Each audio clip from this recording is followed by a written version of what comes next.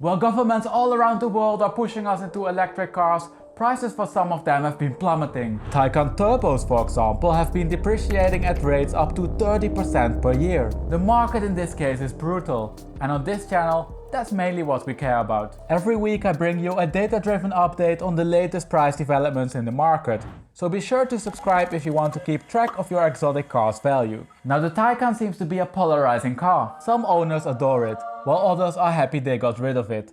Performance, handling and looks are named in the comment section of the previous market update as big pluses, while old technology, limited range and severe quality issues are named as things that steer people away from ever buying a Taycan again. Now all of this information is to some extent reflected in today's prices. The market might not always be right, but at the end of the day, it determines how much you get back when you trade in your Taycan. And at the moment this is a lot less than what you paid for it. For example, a 2021 Turbo went for $180,000 in August of last year, but is now only worth $122,000. That's a loss of $58,000 or 32%.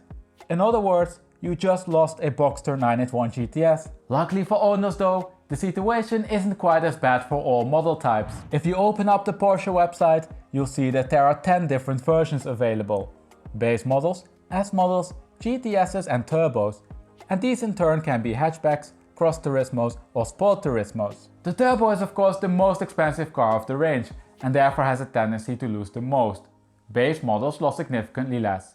How much you ask? Let's find out. Over here we have the price trends for the base cross Turismos and sedans or hatchback, whatever you want to call them. We can see that the price trends have a similar shape, but that the cross Turismos are approximately $17,000 more expensive. Now looking at the price changes, we can see that the sedans lost 16.6% during last year, and that this is 23.1% for the cross Turismos. In monetary terms this is $18,000 and $30,000, but note that these are averages. So this means that your car might have lost less or more. Moreover, the average of the base model is a little bit misleading. You can see that prices increased during the last 3 months, but this is the result of a decrease in the median mileage. It's not an actual price increase. To get a more accurate number, we need to have a look at the price development per model year. The graph becomes a little bit messy when I also include the model year split, and that's then also the reason why I only show it to you for the base model. It is informative though. We can see now the price drops for each model year, and this reveals that prices tanked.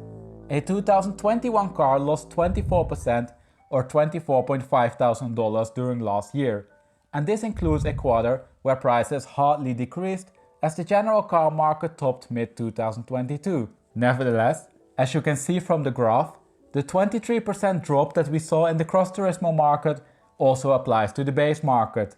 The 16% that we saw before is an underestimation. However, the price decrease of 23% turns out to be relatively low. Yes, you heard me right, relatively low. Some other models lost a lot more. Over here we have the price development for the S models, and this shows that sedans lost 29.4% or $37,000 during last year. Ouch, that's a serious amount.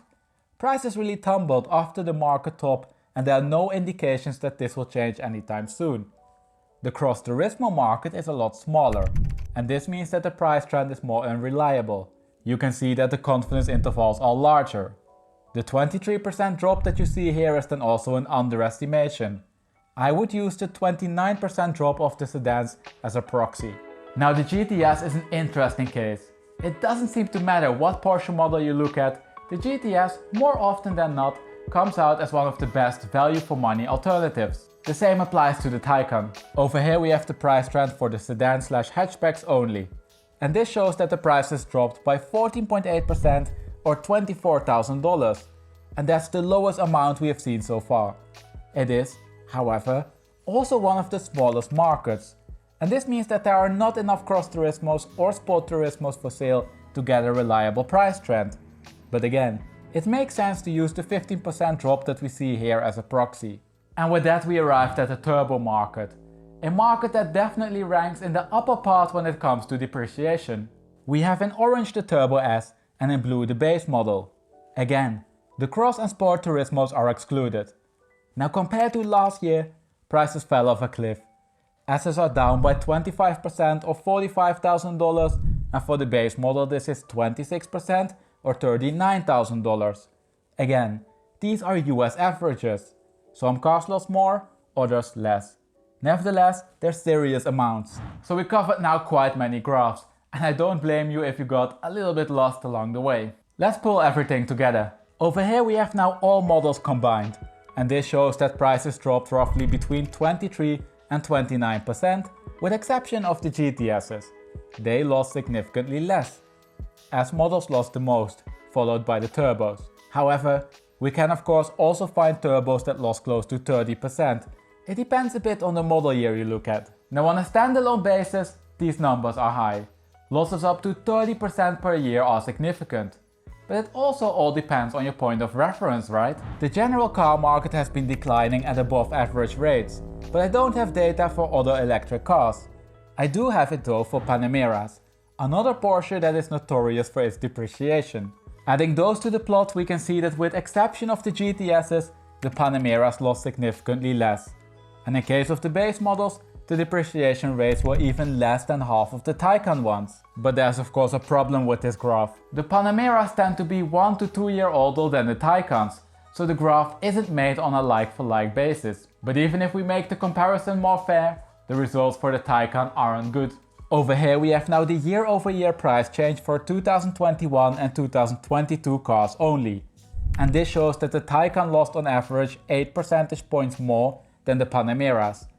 So this means that base Taycans lost $7,000 more than an equivalent Panamera, and that this is $13,500 for the S models. So even if you account for fuel cost and maintenance, I'm pretty confident that you're better off with the Panamera. But where does this difference come from?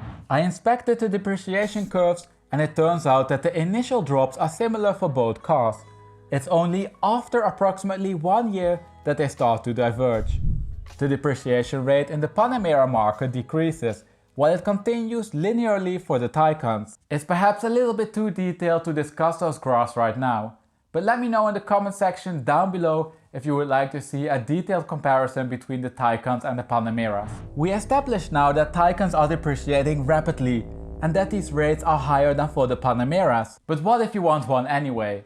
Cars are more often than not irrational purchases, right? Here are 2 ways you can minimize your loss. The first one is obvious.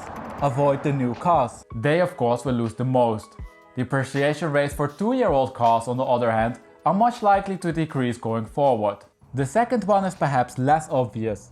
Pay close attention to the time that the car is advertised for sale. Cars that are listed for sale for more than 3 months are discounted by 6 to 10%. Have a look at the following 2 graphs.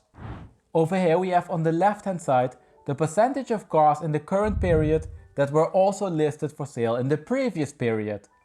The higher the number, the less quickly inventory is moving. And this shows that, as expected, the market slowed significantly compared to last year. Base and GTSs appear to be selling the quickest, while turbos and S's are for sale longer. Generally speaking, the longer a car is listed for sale, the better the deal you can get. This is confirmed by the right hand graph. It shows by how much sellers discount the cars that didn't sell. Base models are typically discounted by 6%, the lowest amount of all model types. And this makes sense, right? We just saw that they're also selling the quickest. Turbo and S's are however discounted by an average rate of 9%. So all of this means that it can pay off to check how long a car is listed for sale. As you can see, cars that aren't selling are discounted by quite a bit. If the discount is already applied, good for you. On a turbo this can quickly amount to $11,000. If not, you can of course use this during your price negotiations. And with that it's time to wrap up this video. Taycan prices are still falling rapidly and at a slightly higher rate than Panameras.